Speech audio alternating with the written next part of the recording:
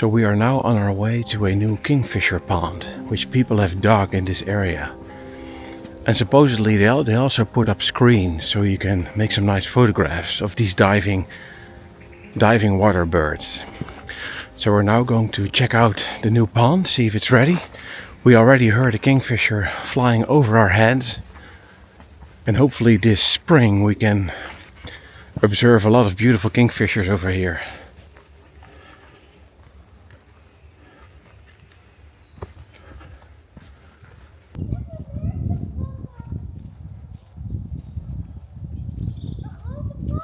Now we couldn't find a new Kingfisher lake, but here it is finally. Have a look. Awesome. Mooi hè, Bram? Yeah. Well, it doesn't look like much yet, but next spring, once the vegetation starts growing, this will be amazing. Check it out. Now it's a small lake, but it's large enough to support a small fish population. And that in turn will support the kingfishers. And they put up this screen, this nice screen, so you can sit here. There's one small hole for your camera. Nice. So this looks like a good place to return to in March, when the kingfishers become very active. And hopefully in May they will nest here. Beautiful. Have a look. A new kingfisher pond. Loop maar. Almost a year later, I returned to the kingfisher pond with my two sons.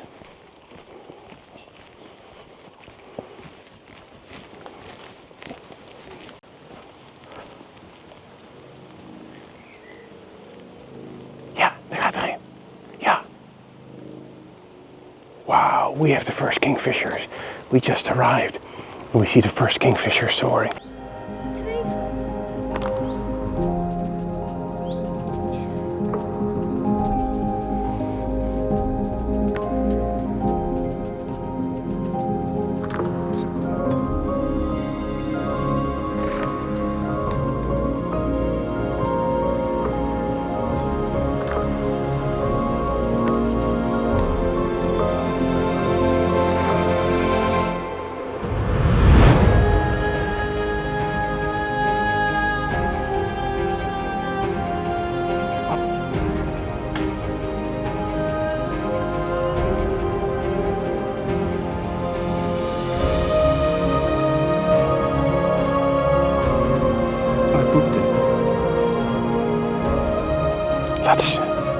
Laat je foto zien.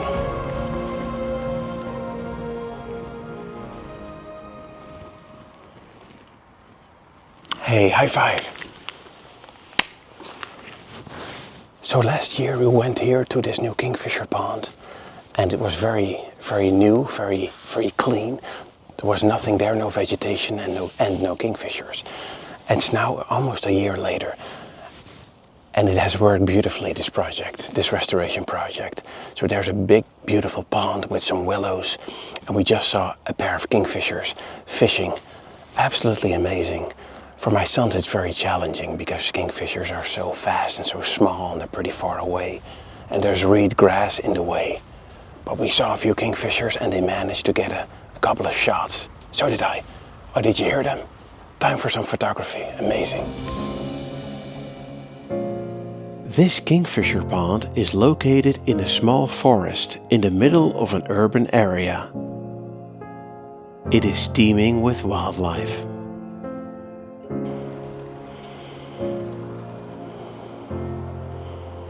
Well, that was amazing. We were here for 30 minutes.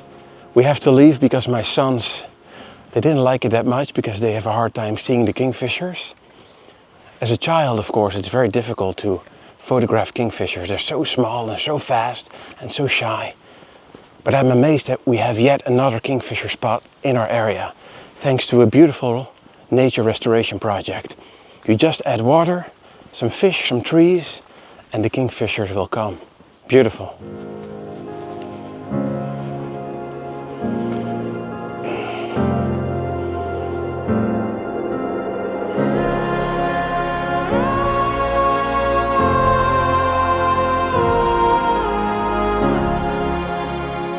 almost September and the first autumn colors have appeared. The birch trees have started due to the drought. You can see that their leaves are changing color. And it's almost time for mushroom hunting. Just a few more weeks and all the mushrooms will pop up. I also brought the big guns. An old Nikkor Prime plus 2x teleconverter.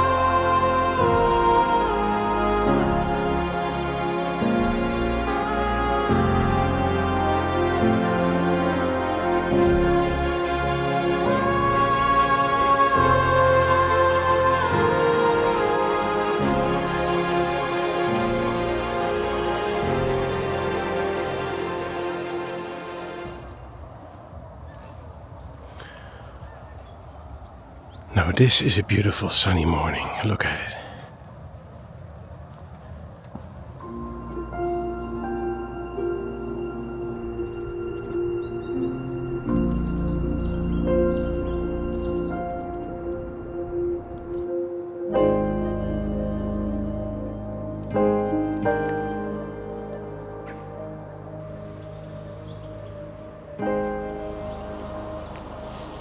So I've decided to return to this beautiful lake with all the kingfishers.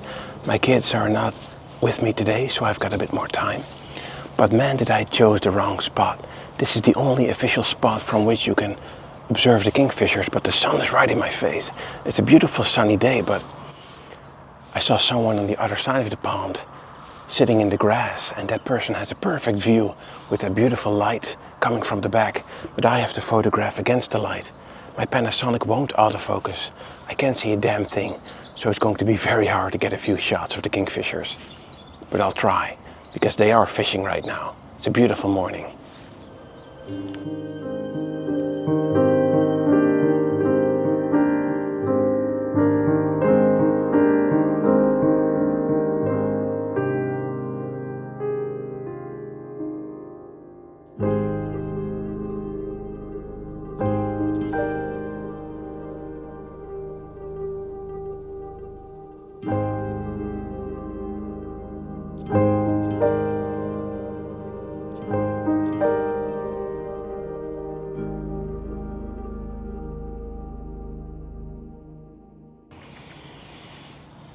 Well, the backlight is making it very hard to photograph and film the kingfishers. But I do have to say that this type of light gives a certain quality to your images. When the animals are lit from behind, it gives them a certain glow, a certain majestic quality that I do like. But my Panasonic, which doesn't have great autofocus to begin with, really struggles. So I had to manually focus and had to shield my left eye from the sun. So I couldn't use my left hand to support the lens. So my right hand had to support the full weight of the body and the lens. And then I had to use my pinky to manually focus. So that was very hard. So this light is difficult, but I have to say that I do like the results of the images.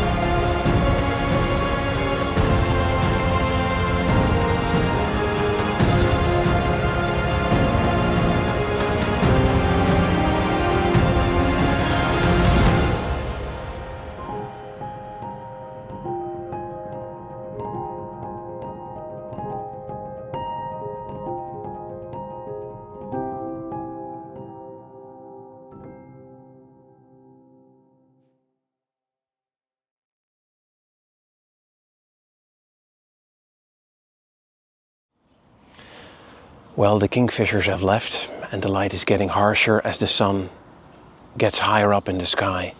So I think this is my cue to exit. Thank you for watching this episode and I hope to see you next time. I'm now preparing a new mushroom episode, so stay tuned for that one.